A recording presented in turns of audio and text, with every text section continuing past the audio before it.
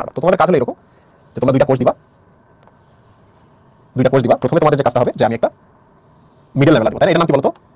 Middle lamella বা মধ্যপর্দা, তাই না? এবং তারপরে আমরা কি করছি? আমরা প্রাইমারি প্রাচীর দিয়েছি, তাই না? এরপরে আমরা যখন দিব সেটা এরকম 3 লেয়ার, 1 2 3, এটা সেকেন্ডারি প্রাচীর, 1 2 3, সেকেন্ডারি প্রাচীর 1 2 3 1 2 3, রাইট? তাহলে আমি একটু কালারগুলো ঠিক করে দিই। এই কালারটা হলো প্রাইমারি প্রাচীর, আর এই কালারটা হলো সেকেন্ডারি প্রাচীর।